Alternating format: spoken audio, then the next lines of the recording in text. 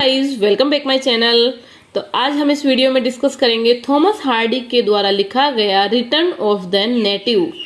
ये एक नोवेल है जो इसकी स्टोरी बहुत इंटरेस्टिंग स्टोरी है और थॉमस हार्डी के क्रिएशंस में एक one of the well known creation मानी जाती है। स्टार्ट करते हैं इसका introduction. The return of the native, Thomas Hardy sixth published novel. It first appeared in the magazine. Magazine name is Belgravia, a publication known for its sensationalism and was presented in 12 monthly installment and from January to December 1878. Originally published 2 December 1878 genre novel, the central theme of the native is fatalistic, presenting the timelessness, forces and indifferences of nature as compared to the ups and downs of transient human lives and experiences. ये हुआ इसका introduction. अब start करते हैं इसकी story. पहले देखते हैं हम इसके कैरेक्टर्स इसका डिगोरी, थॉमसन, विल्डेव, स्टेसिया, क्लाइम एंड मिसेस योब्राइट।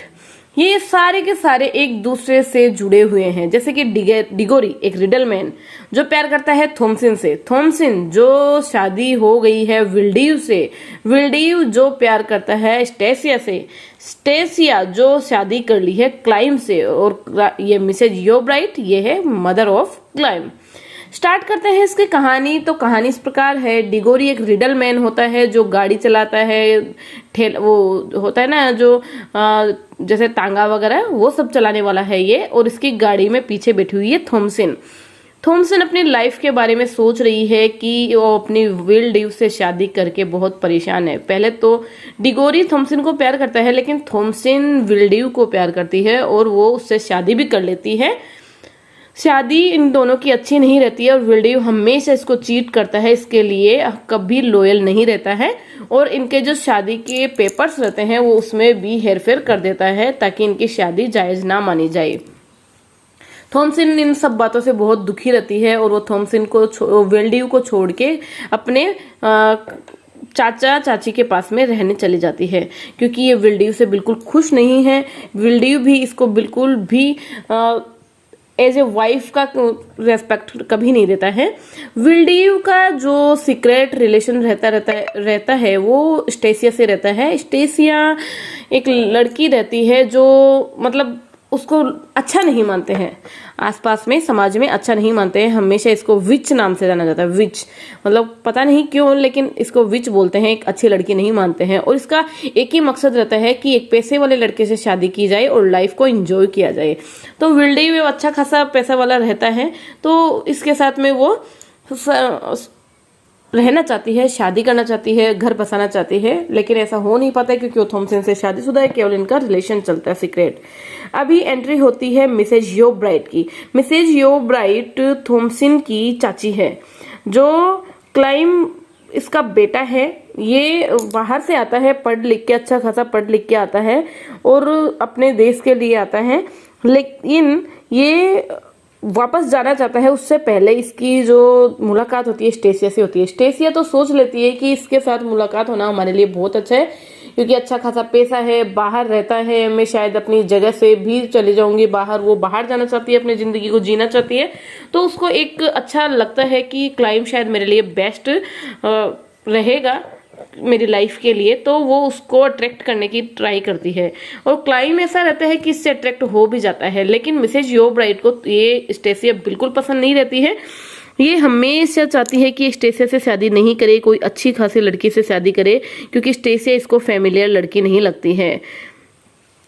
लेकिन फिर भी क्लाइम और स्टेसिया एक दूसरे मतलब पेरेंट्स के पहले तो ये समझाने के लिए जाती है, मिसेज योब्राइट इसको समझाने के लिए जाती है, लेकिन ये समझती नहीं है और समझाने के तौर पे योब्राइट इसको चाकू से अटैक भी कर देती है इस पे, स्टेसिया पे अटैक कर देती है क्योंकि तुम मतलब मेरे बेटे से दूर रहो, ऐसा ऐसा बोल के।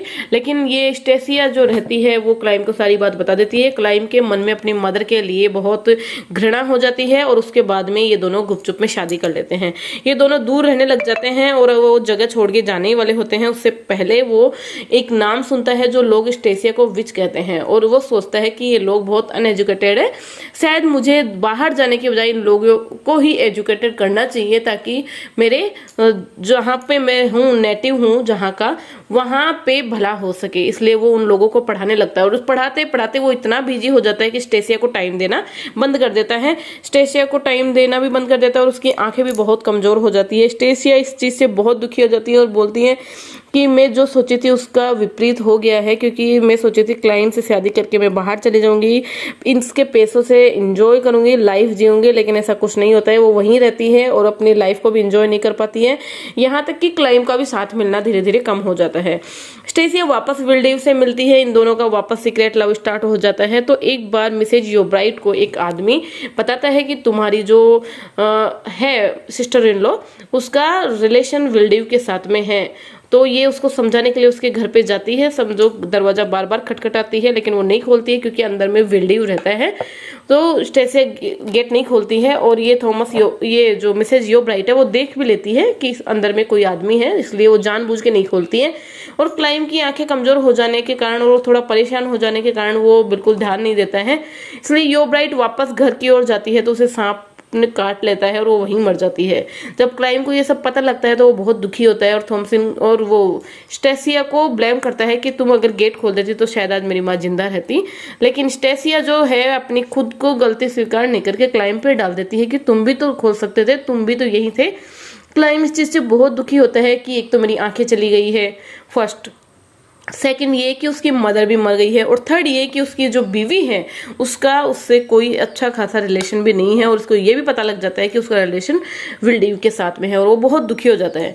अभी एक बात देखने को मिली, हमने इतने थॉमस हार्डी के प्लेस पढ़े, इतने नोवेल पढ़े थॉमस हार्डी के, उसमें एक चीज रहती है कि जो इसके नोवेल का जो प्रोटेगोनिस्ट रहता है वो बहुत दुखी आत्मा रहता है। मतलब उसके जितना दुखी शायद कोई दुनिया में है ही नहीं, चारों तरफ से उसके दुख ही दुख लगे रहते हैं। ऐसा होता है थॉमस हार्डी का प्रोटेगोनिस्ट।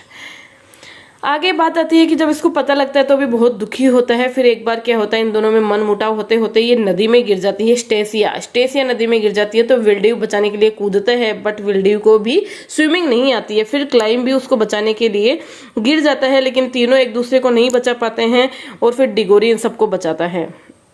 डिगोरी इन सबको बचा के फिर बाद में डिगोरियन सबको बचाता है, लेकिन ये स्टेसिया फिर भी नहीं बच पाती है, वो मर जाती है। क्लाइम टोटली अभी चारों तरफ से दुखी हो जाता है कि वो he have lost mother, wife, eyes and everything, क्योंकि जो पैसा वैसा भी इसके पास था वो भी ये जुए में खत्म कर देता है। तो इस तरह है इसकी जिंदगी का सब कुछ खत्म हो जाता है। लास्ट जो होता है वो ऐसे होता है कि थॉमसन डिगोरी से शादी कर लेती है और इनकी अच्छी खासी लाइफ चली जाती है।